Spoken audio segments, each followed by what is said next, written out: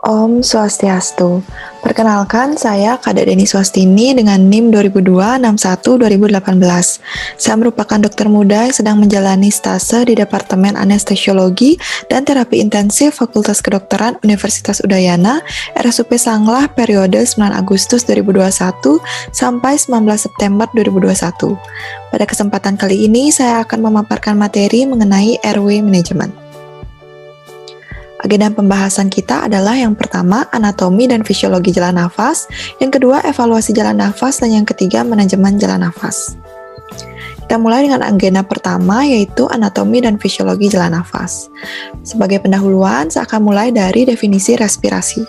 Respirasi merupakan pertukaran oksigen dan karbon dioksida antara udara dan sel-sel tubuh. Proses ini meliputi ventilasi, yaitu inspirasi dan ekspirasi, proses difusi oksigen dan karbon dioksida, serta transport oksigen. Secara anatomi, saluran nafas dibagi menjadi dua, yaitu saluran nafas atas dan saluran nafas bawah, di mana yang termasuk saluran nafas atas adalah hidung, yang termasuk di antaranya nasal cavity, nasal concha, dan nasal vestibul, kemudian faring, laring, sebagai batas antara saluran nafas atas dan bawah. Kemudian saluran nafas bawah yaitu trakea, bronkus, bronchiolus, kemudian alveolus. Kemudian secara fisiologi atau secara fungsionalnya, respirasi dibedakan menjadi dua, yaitu dengan zona konduksi dan zona respirasi. Zona konduksi itu merupakan zona yang berperan sebagai tempat lewatnya udara pernafasan serta untuk membersihkan, melembabkan, dan menyamakan suhu udara dengan suhu tubuh kita. Di samping itu, zona konduksi itu juga berperan dalam proses pembentukan suara. Yang termasuk dalam zona konduksi yaitu dari hidung, faring, trakea, bronkus, serta bronchiolus terminalis. Kemudian, yang kedua bisa dibagi menjadi zona respirasi, di mana zona respiratorik yaitu zona yang berhubungan dengan pertukaran gas antara udara dan darah dalam alveoli. Itu contohnya adalah bronchiolus respiratorik dan alveolus.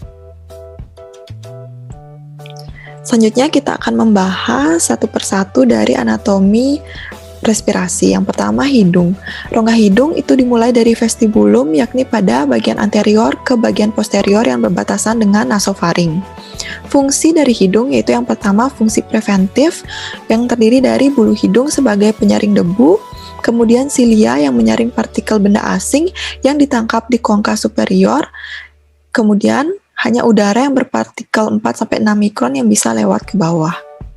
Kemudian yang kedua ada fungsi lubrikasi, yaitu jalan nafas sebagai sarana agar nafas itu tidak kering karena terdapat lubrikasi dari kelenjar submukosa dan sel goblet. Kemudian yang ketiga sebagai fungsi pemanas dan pendingin udara, di mana konka yang kaya vasikulasinya itu berfungsi sebagai konduksi dari panas dan adanya perputaran udara inspirasi serta ekspirasi. Selanjutnya kita lanjut ke faring, di mana faring panjangnya diketahui 12-15 cm dengan fungsi yaitu sebagai jalan udara, jalan masuknya makanan, dan sebagai resonansi suara. Terdiri dari 3 bagian yaitu nasofaring, kemudian orofaring, dan laryngofaring, di mana laryngofaring itu merupakan batasan faring dengan laring. Selanjutnya laring. Laring merupakan lapisan mukosa bersilia yang bermanfaat untuk menghilangkan partikel asing dan untuk menghangatkan dan serta melembabkan udara yang dihirup. Pada saat makan, bagian belakang lidah akan bergabung ke puncak laring. Dia akan mendorong ke atas sehingga memaksa epiglotis untuk menutupi glotis sehingga mencegah makanan atau benda asing itu masuk ke laring. Kita lihat di sini anatominya, di mana di laring itu terdapat epiglotis serta terlihat adanya vocal cord. Ini merupakan laryngoskopi view. Dengan bukaan seperti ini memudahkan dalam proses intubasi nantinya. Ada juga beberapa struktur dari laring yang sulit untuk diintubasi, yaitu vocal cord-nya itu tidak terbuka dengan baik. Selanjutnya kita lanjut ke trakea. Trakea itu dibentuk oleh 20 lapisan kartilago yang berbentuk huruf C dan berakhir ketika dia bercabang menjadi karina. Cincin tulang rawannya berbentuk U serta panjangnya diketahui 10-20 cm. Di dalamnya itu terdapat rongga bersilia yang berfungsi untuk menyaring udara. Pada ketinggian vertebra torakal 4, trakea dia bercabang menjadi 2 di karina, itu menjadi bronkus utama kanan dan kiri. Selanjutnya bronkus. Bronkus itu adalah percabangan dari trakea sebelum dia masuk ke mediastinum. Bronkus dibagi menjadi bronkus utama kanan dan bronkus utama kiri. Bronkus utama kanan itu ada 3 cabangnya, yaitu bronkus lobaris superior, bronkus lobaris medialis, dan bronkus lobaris inferior, di mana strukturnya dia itu lebih pendek dan diameternya lebih besar daripada bronkus yang kiri.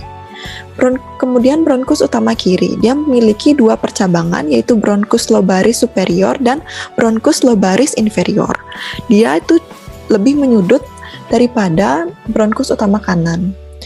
Selain menjadi percabangan bronkus lobaris juga dibagi menjadi bronkus septum, segmentum kanan dan kiri. Selanjutnya bronkiolus. Bronkiolus itu ada 2, yaitu bronkiolus terminalis, di mana sebagai tempat berakhirnya zona konduksi tadi, dan bronkiolus respiratoris, di mana bronkiolus respiratoris itu terjadi pertukaran gas bersama dengan ductus alveolaris dan saccus alveolaris. Kemudian kita masuk ke alveolus.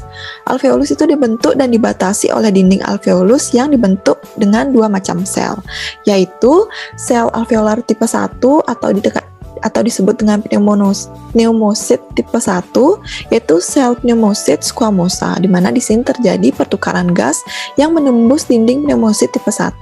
Kemudian ada sel alveolar tipe 2 atau pneumosit tipe 2. Dia akan menghasilkan surfaktan, di mana surfaktan ini berfungsi untuk menjaga tegangan permukaan sel serta kelembaban udara. Selanjutnya kita masuk ke otot pernafasan. Otot pernafasan terdiri atas otot skelet, di mana terdiri dari otot inspirasi dan ekspirasi. Inspirasi merupakan usaha yang aktif sehingga membutuhkan kontraksi otot pernafasan. Otot inspirasi itu terdiri dari otot inspirasi utama dan otot inspirasi tambahan atau otot bantu nafas. Otot inspirasi utama itu merupakan otot yang berkontraksi untuk melakukan inspirasi waktu bernafas dengan tenang. Di mana contoh dari otot inspirasi utama itu adalah otot intercostalis interna dan otot diafragma. Kemudian contoh dari otot inspirasi tambahan yaitu otot scalenus, yaitu nanti dia akan mengangkat dari kosta 1 dan 2, dan otot sternocleidomastoideus yang akan mengangkat sternum. Selanjutnya itu ekspirasi, di mana saat nafas biasa, ekspirasi kita tidak memerlukan kegiatan kontraksi otot, cukup hanya elastisitas paru atau recoil. Namun, pada ekspirasi yang maksimum, kita memerlukan bantuan otot, yaitu musculus intercostalis interna, kemudian musculus obliquus externa, dan rectus abdomini. Selanjutnya kita masuk ke persyarafan dari pernafasan. Jadi, airway mendapatkan persyarafan dari nervus 5, yaitu ophthalmic nervus 5 atau nervus trigeminal, yaitu ada 3. Nervus 5-1 dia akan mempersyarafi daripada hidung, kemudian nervus 5-2 atau nervus maxillari dia akan mempersyarafi septum serta konka, kemudian nervus 5-3 dia akan mempersyarafi lingual. Selanjutnya ada nervus 9 atau nervus glosopharyngeal. Nervus 9 dia akan mempersyarafi sepertiga lidah bagian belakang, kemudian soft palatum, kemudian orofaring dan anterior epiglottis. Selanjutnya kita mempunyai nervus 10 atau nervus vagus, itu dia terbagi menjadi SL atau superior laryngeal nerve, di mana dia akan mempersyarafi cricotiroid. Selanjutnya ada recurrent laryngeal nerve, dia akan mempersyarafi posterior dari cricoarytenoid. Nah, kerusakan pada nervus laryngeal itu bisa menyebabkan beberapa hal. Yang pertama, apabila dia terjadi kerusakan di nervus laryngeal superior yang unilateral, dia akan menimbulkan efek yang minimal. Namun, apabila dia terjadi di bilateral, dia akan menimbulkan efek suara serak atau hoarseness, dan tiring of voice. Selanjutnya, apabila terjadi kerusakan di nervus recurrent laryngeal yang unilateral, dia akan menimbulkan efek suara sesak. Apabila di bilateral yang akut, dia akan menimbulkan suara stridor, distress pernafasan. Selanjutnya, apabila dia terjadi bilateral kronis, bisa menimbulkan efek afonia. Kemudian, kerusakan nervus vagus yang unilateral bisa menyebabkan suara serak, dan yang bilateral bisa menjadi afonia. Selanjutnya kita masuk ke fisiologi dari respirasi. Nah, fungsi dari respirasi ini ada 4, yaitu sebagai ventilasi paru. Itu dia masuk dan keluarnya udara antara atmosfer dan alveolus paru, kemudian terjadi difusi oksigen dan karbon dioksida antara alveoli dan darah. Selanjutnya ada sebagai pengangkutan oksigen dan karbon dioksida dalam darah dan cairan tubuh ke dan dari sel jaringan tubuh.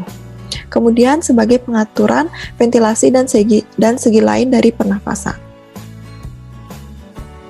Selanjutnya volume dan kapasitas paru-paru, di mana dalam perekaman perubahan volume paru, alat yang bisa digunakan adalah spirometer. Spirometer ini terdiri dari sebuah drum atau drum yang terbalik yang ditempatkan di atas bak air, dan drum tersebut diimbangi oleh sebuah beban pengimbang, di mana dalam drum tersebut terdapat gas untuk bernafas yang biasanya itu udara atau oksigen, dan ada sebuah pipa yang menghubungkan mulut dengan saluran gas. Apabila seseorang bernafas dari dan ke dalam ruang ini, drum akan naik turun. Drum naik turun sehingga akan terekam atau tercatat dalam gulungan kertas yang berputar. Selanjutnya, gambar ini merupakan gambar diagram yang memperlihatkan peristiwa pernafasan selama pernafasan normal, inspirasi maksimal, dan ekspirasi maksimal. Dimana akan saya bahas selanjutnya, itu volume paru. Volume paru dan kapasitas paru itu di seluruh paru tiap orang itu berbeda-beda.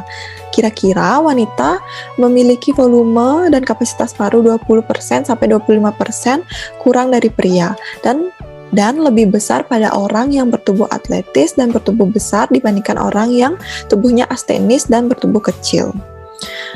Volume paru itu bisa dibedakan menjadi 4. Per definisinya itu yang pertama volume tidal.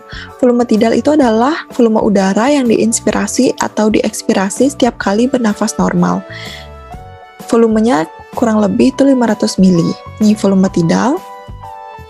Kemudian volume cadangan inspirasi, yaitu volume udara ekstra yang dapat diinspirasi setelah dan di atas volume tidal normal bila dilakukan inspirasi kuat. Kira-kira itu sekitar 3000 ml. Atau bisa dia disebut juga volume komplementer.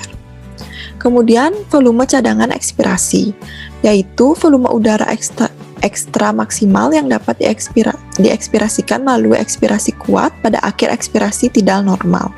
Biasanya udaranya yang terkandung yaitu 1100 ml. Kemudian volume residu, yaitu volume udara yang masih tetap berada dalam paru setelah ekspirasi yang paling kuat. Itu kira-kira 1200 ml.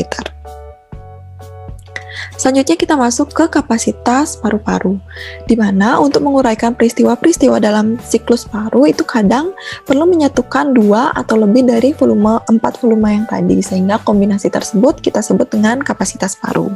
Kapasitas paru itu ada 4. Yang pertama, kapasitas inspirasi, yaitu volume tidal yang ditambah dengan volume cadangan inspirasi. Jumlahnya adalah 3.500 ml yang dapat dihirup oleh seseorang dimulai pada tingkat ekspirasi normal dan pengembangan paru sampai ke jumlah maksimal. Kemudian, kapasitas residual fungsional, yaitu volume cadangan ekspirasi ditambah volume residu, dan ini adalah jumlah udara yang tersisa dalam paru pada akhir ekspirasi normal, sekitar 2300 ml. Selanjutnya, kapasitas vital, yaitu volume cadangan inspirasi ditambah volume tidal ditambah volume cadangan ekspirasi.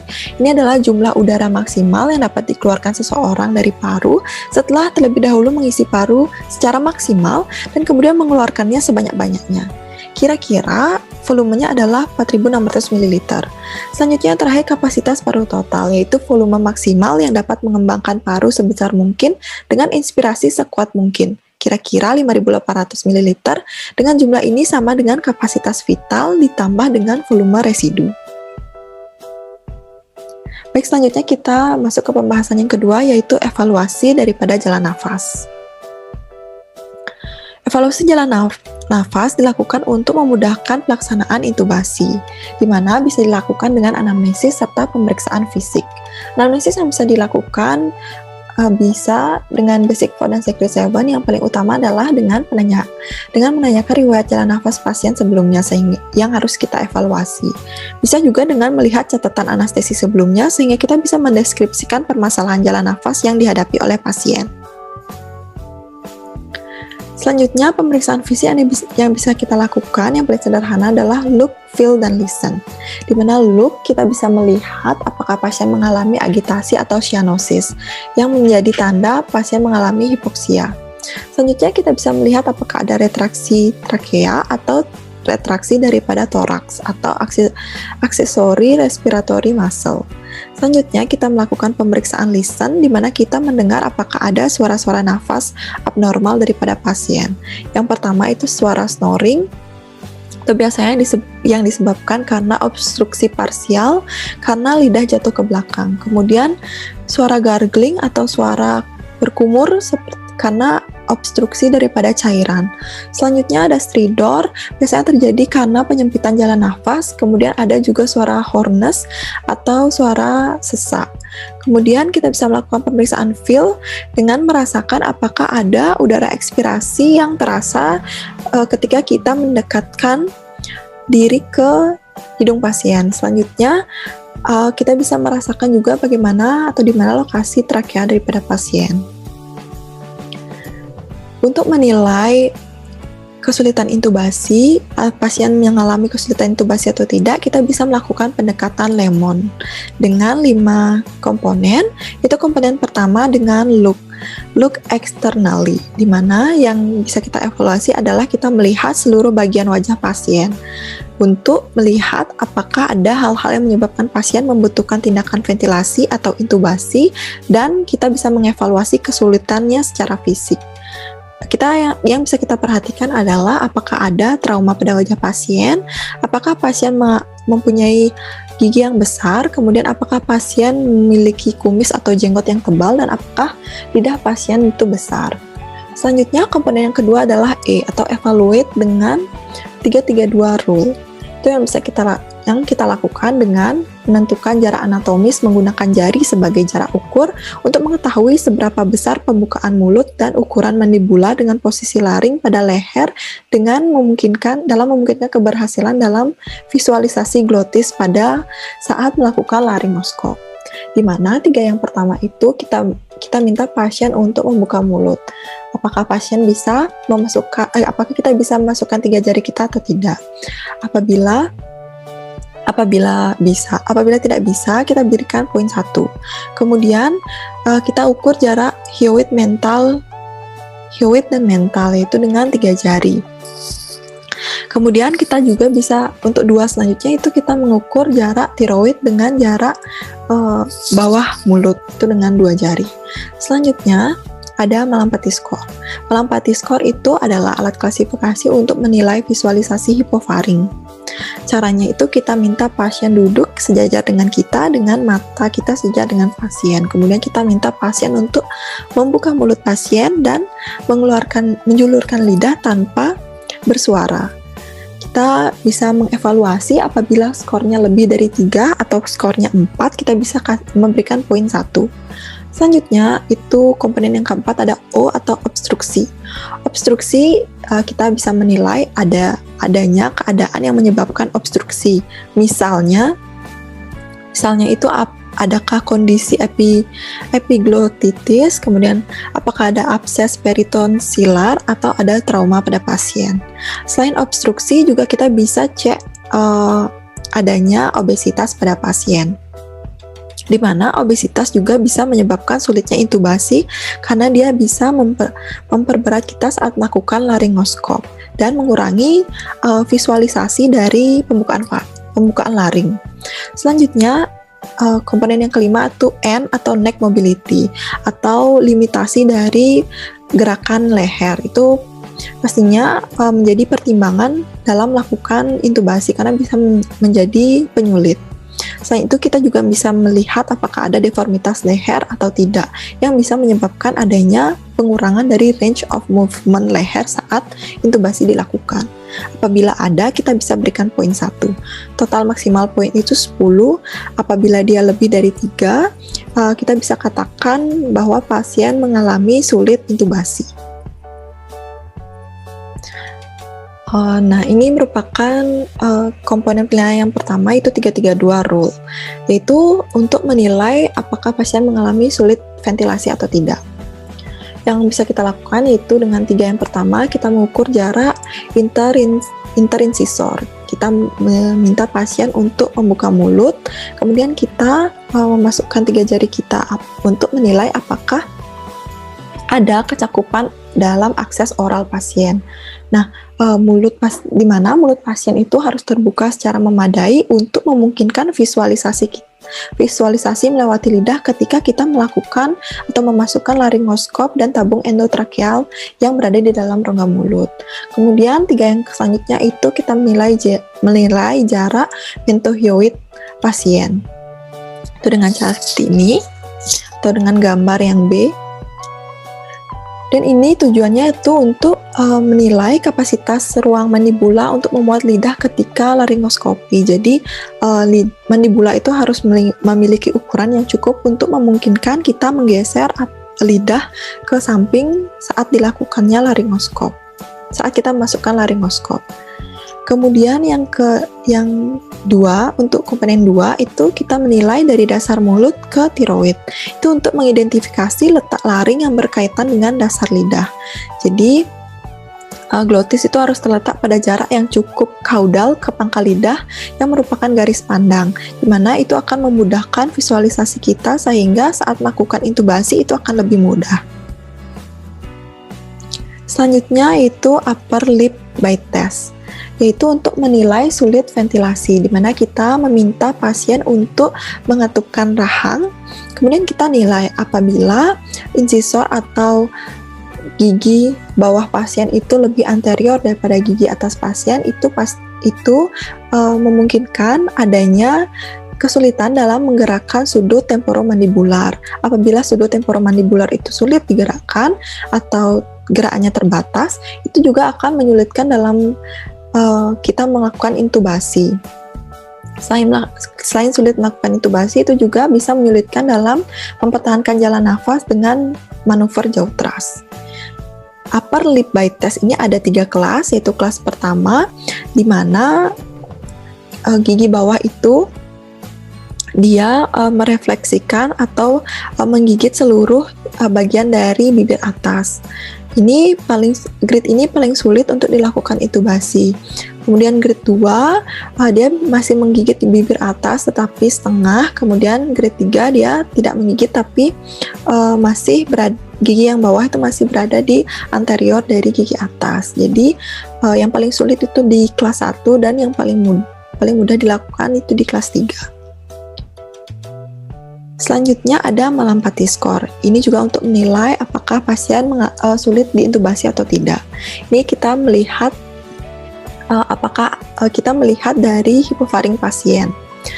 Yang kita lihat adalah apakah hard palatumnya terlihat, soft palatumnya terlihat, ovula dan pilar pasien itu terlihat atau tidak. Nah, di kelas 1 itu masih terlihat palatum mole, ovula, pilar anterior dan posterior. Kemudian di kelas 2 itu masih terlihat palatum mole dan ovula. Di kelas 3 itu masih terlihat palatum mole dan ovula masih terlihat tapi sedikit.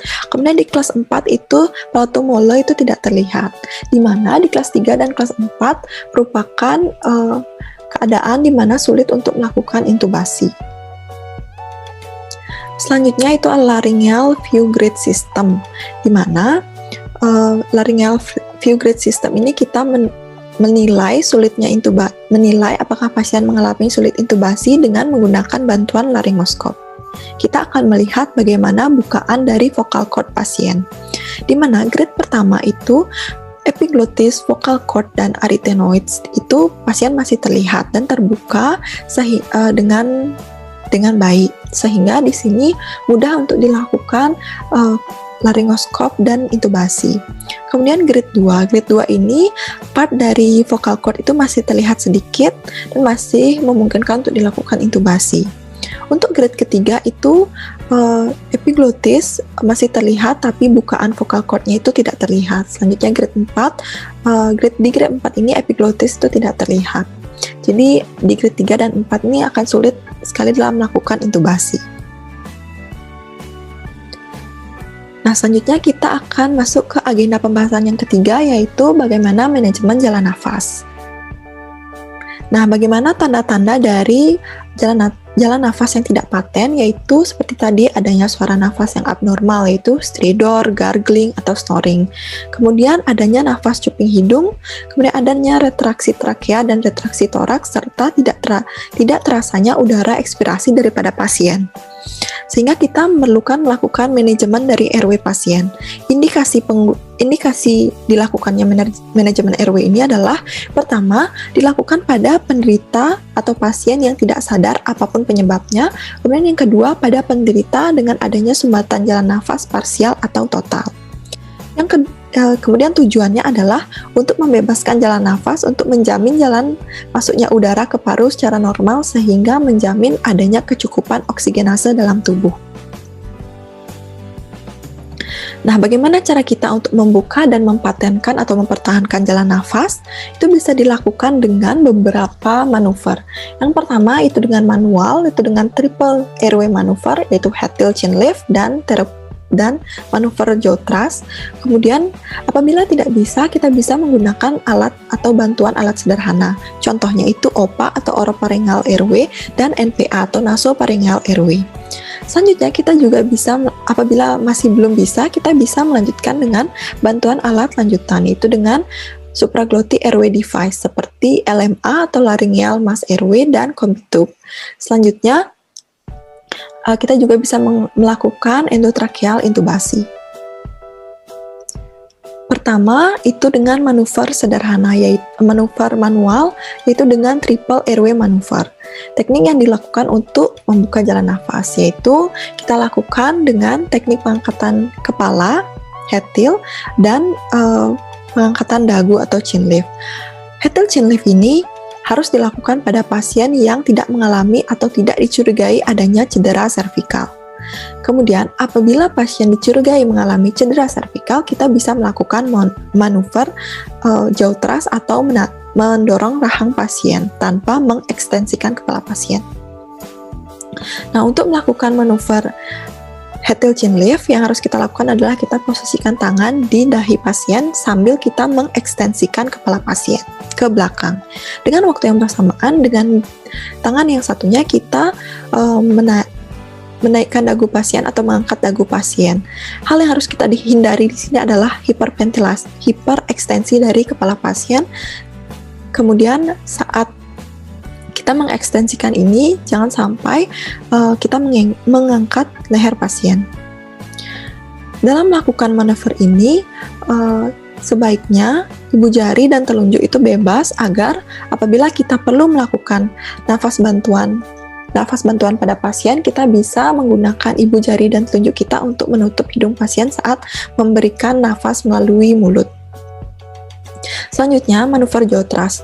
Caranya adalah kita menempatkan kedua tangan kita di angulus mandibula pasien, di kanan dan kirinya, dengan ibu jari berada di dagu pasien. Kemudian dengan empat jari lainnya kita mendorong rahang bawah pasien sehingga rahang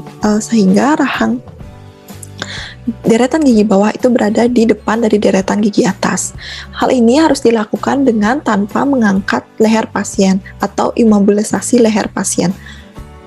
Karena pada manuver jaw thrust ini dilakukan pada pasien-pasien yang curiga atau mengalami cedera servikal. Selanjutnya, kita lanjutkan dengan persiapan alat. Apabila dengan manuver manual itu tidak bisa mempatenkan atau mempertahankan jalan nafas, kita harus menggunakan bantuan alat sederhana dan bantuan lanjutan. Sebelum itu, kita harus melakukan persiapan alat, yang diantaranya yaitu yang pertama, kita harus mempersiapkan sumber oksigen. Kemudian kita juga bisa melanjutkan dengan persiapan alat-alat intubasi apabila diperlukan, yaitu statik yaitu stetoskop yang terdiri dari laryngoskop dan stetoskop. Yang kedua, T-tube yang terdiri dari endotracheal tube atau nasotracheal tube. Yang ketiga itu airway device yang terdiri dari OPA atau oropharyngeal airway, kemudian nasopharyngeal airway, kemudian bisa juga LMA atau laryngeal mask airway dan combit tube. Selanjutnya juga kita harus siapkan tip atau plaster. Nah, kita siapkan introducer atau stilet atau mantrin yang berguna untuk memandu saat ETT masuk. Selanjutnya konektor, di mana yang berfungsi untuk koneksi ke BVM atau ke alat ventilasi. Selanjutnya kita siapkan suction untuk mensuction atau menyedot lendir-lendir atau darah apabila ada. Selanjutnya kita juga bisa mempersiapkan NIBP atau non-invasive blood pressure dan alat EKG. Dan juga kita bisa melakukan persiapan untuk akses intravena. Sebelumnya kita harus memposisikan pasien dengan posisi sniffing position. Karena dalam melakukan manuver atau manipulasi airway, memposisikan pasien merupakan salah satu hal yang penting. Nah, sniffing position ini dilakukan dengan kombinasi fleksi daripada sendi atlantoaksial dengan ekstensi daripada sendi atlanto-oksipital. Nah, sebelum dilakukan ini, kita juga harus menambahkan bantal di bawah kepala dan sampai ke bahu pasien. Sniffing position ini akan memberikan visualisasi yang baik dari glotis selama laryngoskopi berlangsung. Nah, dia bisa memperlihatkan glotis. Dengan posisi ini dia bisa memvisualisasikan atau memperlihatkan bukaan glotis dengan baik. Selanjutnya kita masuk ke persiapan preoksigenasi, di mana persiapan preoksigenasi ini merupakan tindakan yang dilakukan sebelum dilakukan intubasi endotrakeal dan induksi anestesi dengan face mask dan dia dilakukan dengan induksi anestesi dengan face mask yang dialiri oksigen. Tujuan dari preoksigenasi ini adalah untuk meningkatkan penyimpanan oksigen dalam paru pasien sehingga dia bisa menunda onset denaturasi pada saat periode apnea setelah induksi anestesi dan masa relaksan diberikan. Preoksigenasi diberikan dengan oksigen 100% dengan aliran yang cukup tinggi, yaitu 10-12 liter per menit selama 3-5 menit. Nah, berdasarkan kebutuhan oksigen normal tubuh kita yaitu 200-250 ml per menit, pasien yang preoksigenasi dia memiliki cadangan oksigen 5-8 menit. Hal ini karena preoksigenasi itu mengisi fungsional residual capacity paru pasien, sehingga pada saat 5-8 menit ini kita bisa lakukan untuk intubasi. Selanjutnya, terapi oksigen. Terapi oksigen diberikan pada pasien-pasien apabila tekanan O2-nya kurang dari 60 mm Hg atau saturasi oksigennya kurang dari 90%. Saat pasien beristirahat dan bernafas dengan udara ruang. Nah, untuk neonatus itu diberikan terapi oksigen apabila tekanan O2-nya kurang dari 50 mm Hg atau saturasi oksigennya kurang dari 88%. Terapi O2 juga bisa diberikan pada pasien-pasien hipoksia menurut riwayat medis dan pemeriksaan fisiknya, kemudian pada pasien-pasien infak miokard, pada pasien-pasien edema paru, pada pasien cedera paru akut, pada pasien sindrom gangguan pernafasan akut atau ARDS, pada pasien fibrosis paru, pada pasien keracunan cyanida atau inhalasi gas karbon monoksida atau CO.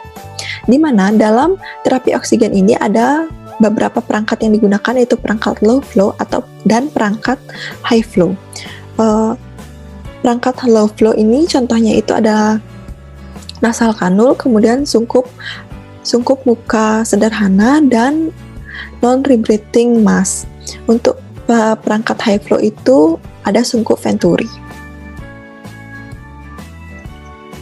Selanjutnya, ini merupakan alat-alat yang tadi, yaitu yang pertama nasal kanul, di mana nasal kanul bisa memberikan aliran oksigen 1-5 liter per menit dengan fraksi O2 yang berbeda-beda. Itu dengan pada nasal kanul yang diberikan aliran oksigen 1 liter per menit bisa memberikan konsentrasi 21% sampai 24%. Untuk nasal kanul 2 liter per menit bisa memberikan fraksi oksigen 25% sampai 28%. Hingga pada nasal kanul yang 5 liter per menit itu bisa memberikan konsentrasi O2 atau fraksi O2 itu 37% sampai 40%. Di mana harus kita ketahui, apabila kita ingin memberikan aliran oksigen yang lebih dari 5 liter pada pasien, kita tidak boleh menggunakan nasal kanul karena dia dapat merusak dari mukosa hidung dari pasien. Kemudian alat kedua yang bisa dipakai itu ada sungkup muka sederhana. Dia akan memberikan aliran oksigen 6-10 liter per menit dengan konsentrasi O2 atau fraksi O2 yang diberikan yaitu 35% sampai 60%. Selanjutnya juga bisa digunakan sungkup muka dengan O2 reservoir atau non-rebreathing mask. Dia memberikan aliran oksigen dari 6 liter sampai 15 liter, di mana pada 6 liter per menit dia akan memberikan fraksi O2 itu 60%, kemudian pada 10-15 liter per menit dia bisa memberikan konsentrasi O2 atau fraksi O2 itu 95-100%. Selanjutnya yaitu dengan sungkup muka venturi, aliran oksigen yang bisa diberikan itu 4-8 liter per menit dan 10-12 liter per menit. Di mana 4-8 liter per menit dia bisa memberikan fraksi O2 24% sampai 35%, kemudian 10-12 liter per menit dia bisa memberikan konsentrasi O2 40% sampai 50%. Selanjutnya, apabila pasien belum mempunyai nafas yang adekuat, kita bisa memberikan bantuan ventilasi, salah satunya dengan big mask ventilation atau dengan sungkup muka. Targetnya adalah agar oksigen bisa masuk sampai ke alveoli yang selanjutnya akan dilanjutkan dengan proses difusi ke darah, serta CO2 yang bisa keluar dari alveoli ke udara bebas. Alat ventilasi kantong nafas sungkup muka atau BVM atau bisa juga dibilang ambu bag itu terdiri dari sebuah kantong ventilasi yang selalu mengembang, di mana di dalamnya terdapat O2 serta dia melekat pada sebuah sungkup muka dan katup satu arah. Selain pada sungkup muka, kantong ventilasi ini juga bisa dihubungkan dengan alat bantu nafas lainnya seperti pipa endotrakeal dan sungkup laring. Indikasi penggunaan dari BVM ini adalah pada pasien-pasien dengan henti nafas, sehingga kita bisa memberikan bantuan ventilasi, atau bantuan nafas. Selanjutnya juga bisa pada pasien-pasien nafas spontan yang tidak adekuat, kemudian juga bisa untuk mengurangi kerja nafas dengan membantu memberikan tekanan positif pada saat inspirasi pasien. Selanjutnya, apabila kita ingin melakukan atau pemberian ventilasi tekanan positif dengan menggunakan big valve mask ini, kita bisa melakukan dengan cara yang pertama, apabila jalan nafas pasien tidak bisa kita pertahankan dengan manual, yaitu dengan Hetil chin lift atau manuver jaw thrust, kita bisa melakukan pemasangan oropharyngeal airway. Nah, ini dengan catatan bila pasien tidak mempunyai refleks batuk atau refleks muntah. Hal ini OPA itu dipasang agar jalan nafas pasien itu tetap terbuka. Hal yang bisa kita lakukan adalah kita bisa mengekstensikan kepala pasien dengan jari tangan kita membentuk CA clamp. di mana C kita bisa bentuk dengan ibu jari dan jari telunjuk, di mana kita menekan sungkup muka ke wajah pasien agar tidak terjadi kebocoran. Kemudian E kita gunakan untuk mengangkat rahang bawah pasien sehingga jalan nafas pasien itu paten atau terbuka. Nah, selanjutnya dengan tangan satunya kita melakukan bagging atau kita menekan daripada kantong udara atau kantong nafas pasien, kantong nafas dari BVM ini. Nah, apabila hal itu sulit dilakukan, misalnya pada pasien-pasien dengan mukanya yang cukup besar atau dengan dokter atau operator yang tangannya cukup kecil, itu bisa dilakukan dengan 2 orang, di mana 1 orang bisa memegang sungkup dengan 2 tangan, yaitu dengan posisi CE clamp, sama seperti tadi tapi dengan 2 tangan, di mana ibu jari dan telunjuk membentuk huruf C dan 3 jari lainnya itu membentuk huruf E untuk mengangkat rahang bawah sehingga jalan nafas itu tetap terbuka. Dan fungsi orang kedua itu untuk menekan kantong nafas sehingga bisa dilakukan bagging yang baik. Nah, selanjutnya kita lanjut ke pemberian untuk mempertahankan atau potensi jalan nafas. Apabila secara manual tidak bisa dilakukan, kita bisa melakukan dengan bantuan alat sederhana. Yang pertama contohnya adalah OPA atau oropharyngeal airway atau biasanya disebut Goodle, yaitu alat yang terbuat dari plastik yang dirancang itu dimasukkan ke dalam rongga faring posterior di sepanjang lidah. Indikasi dari pemasangan ini adalah pada pasien-pasien yang tidak sadar ada atau tidak ada nafas spontan dan tidak ada gag refleks atau tidak ada refleks muntah. Komplikasi yang bisa ditimbulkan adalah adanya muntah, laryngospasme, dan obstruksi jalan nafas total. Tujuan dari pemberian OPA ini tentu saja untuk membebaskan jalan nafas ketika teknik head tail chin lift atau teknik jaw thrust itu belum mampu untuk membuka nafas secara adekuat, serta dia juga bisa mencegah jatuhnya lidah ke belakang. OPA ini memiliki beberapa ukuran sesuai dengan pasien, di mana cara kita mengukur adalah pertama kita ukur dari midpoint of incisor pasien, jadi dari tengah-tengah mulut pasien, kemudian kita arahkan ke angulus mandibula pasien.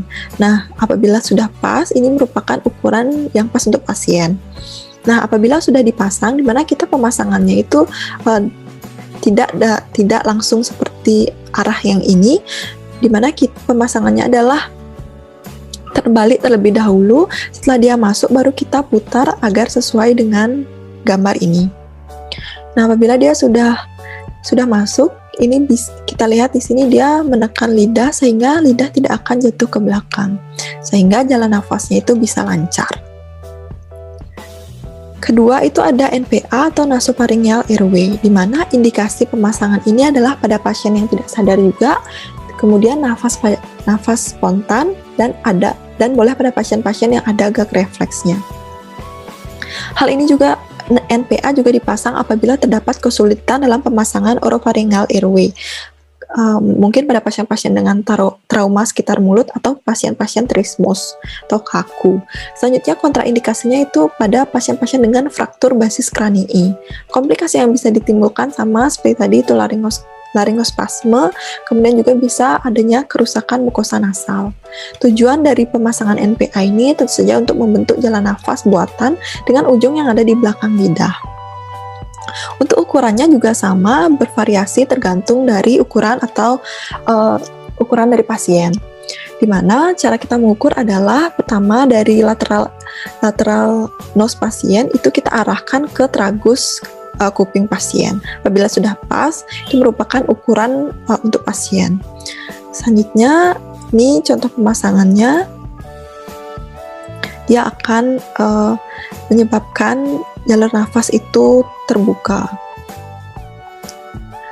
Selanjutnya itu apabila dengan bantuan alat sederhana juga nafas pasien tidak paten atau masih tidak adekuat, kita bisa melakukan dengan bantuan alat lanjutan, yaitu dengan yang pertama LMA atau laryngeal mask airway.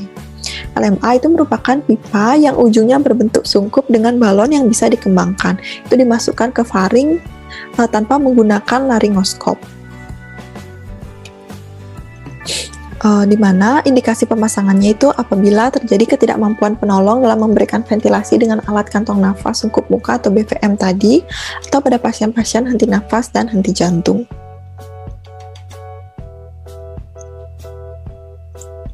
Selanjutnya ada combi tube atau pipa esofagus trakea. Combi tube itu merupakan pipa dengan 2 lumen dan 2 balon. Pipa ini dipasang tanpa memerlukan visualisasi dari pita suara atau vocal cord, atau dia bisa dikatakan sebagai blind intubasi. Jadi dia bisa dilakukan tanpa melakukan intubasi. Kontraindikasi penggunaan combi tube itu adalah pada pasien-pasien dengan refleks laring. Combi tube terdiri dari 1 lumen yang mempunyai lubang-lubang ventilasi di sisi pipa pada tingkat hipofaring dan ujung distalnya itu buntu. 1 lumen lagi dia mempunyai ujung yang terbuka. Balon faring yang dikembangkan itu akan berada di dasar lidah dan palatum molar. Dia akan memisahkan orofaring dari hipofaring. Itu untuk balon faring. Kemudian yang kedua itu balon esofagus atau balon yang berwarna putih. Itu dia dikembangkan untuk memisahkan trakea atau esofagus. Ini merupakan cara pemasangannya, di mana kita pasang dengan balon yang masih kempes. Kita pasang ke pasien, kemudian sampai mulut pasien. Selanjutnya kita kembangkan balon endotrakeal yang pertama kita kembangkan balon faring, yaitu balon yang berwarna biru. Kemudian kita kembangkan balon esofagus, itu balon yang berwarna putih. Selanjutnya kita berikan ventilasi di tube yang berwarna biru atau di tube faring. Nah, kemudian kita lihat pergerakan dinding dada pasien. Apabila ada pergerakan dinding dada pasien, berarti pipa combi tube ini ada di esofagus. Kemudian apabila saat kita melakukan ventilasi dari pipa yang berwarna biru ini dan tidak ada pengembangan dinding dada, berarti pipa combi tube ini berada di trakea. Apabila dia berada di trakea, cara kita untuk melakukan bagging adalah dengan melakukan ventilasi dari pipa esofagus.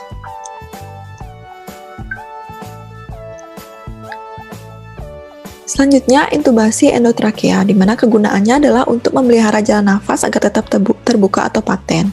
Kemudian juga bisa membantu pemberian oksigenasi dengan konsentrasi tinggi. Selanjutnya bisa juga untuk memfasilitasi pemberian ventilasi dengan volume tidal yang tidak tepat untuk memelihara pengembangan paru yang adekuat. Dan untuk mencegah jalan nafas dari aspirasi isi lambung atau benda padat dan cairan dari jalan nafas atas. Selanjutnya juga bisa untuk mempermudah penyedotan atau suction pada cairan dalam trakea. Indikasinya yaitu apabila ventilasi dengan BVM itu tidak memungkinkan atau tidak efektif, atau bisa pada pasien-pasien henti jantung. Kemudian pada pasien-pasien gagal nafas, hipoksia, hipoksemia, sehingga memerlukan oksigenasi aliran tinggi yang sudah gagal dilakukan oleh alat ventilasi yang tidak invasif, jadi memerlukan yang invasif yaitu intubasi. Selanjutnya juga bisa dilakukan pada pasien-pasien yang tidak dapat mempertahankan jalan nafas sendiri, misalnya pada pasien koma atau pada pasien-pasien dengan anestesi. Kesulitan dalam intubasi ini terjadi apabila leher pasien itu pendek, kemudian mandibula pasien menonjol, maksila atau gigi depan pasien menonjol, kemudian uvula pasien tidak terlihat. Itu kita lihat dengan skor Malampati, itu skornya 3 atau 4. Selanjutnya, apabila gerakan sendi temporomandibular pasien itu terbatas, dan apabila gerakan vertebra servikal pasien itu terbatas atau neck immobility. Selanjutnya itu endotracheal tube. Ini alatnya ETT. Itu alat jalan nafas yang digunakan untuk ventilasi dan oksigenasi serta mengantarkan agen inhalasi anestesi langsung menuju ke trakea. Dia biasanya terbuat dari bahan PVC atau polyvinyl klorida. Diameternya untuk dewasa itu 6,5 sampai 7,5, di mana dalam mengukur diameter ini kita bisa menggunakan kelingking pasien. Namun, jika ingin melakukan intubasi, kita harus tetap mempersiapkan 3 pipa ETT, yaitu pipa ETT yang sesuai dengan kelingking pasien, kemudian pipa ETT yang lebih kecil, dan pipa ETT yang lebih besar. Kemudian, Setelah dilakukan pemasangan ETT sudah terpasang, kita harus melakukan konfirmasi di mana letak ETT tersebut dengan melakukan konfirmasi itu di rongga epigastrium dengan menggunakan kapnografi. Kemudian ada laryngoskop, di mana laryngoskop adalah alat yang digunakan untuk melihat laring secara langsung agar kita bisa memastikan pipa endotrakea itu masuk dengan benar. Ada beberapa jenisnya, yaitu laryngoskop yang manual dan video laryngoskopi, di mana dia mempunyai blade. Untuk yang manual dia mempunyai blade yang berbeda-beda, yaitu blade Miller. Blade Miller itu dia lebih lurus dan blade Machinot dia itu lebih lengkung. Nah, baik, sekian presentasi saya mengenai airway manuver. Saya mohon maaf apabila ada salah-salah kata. Saya akhiri dengan Paramasanti. Om Santi Santi Santi Om. Terima kasih.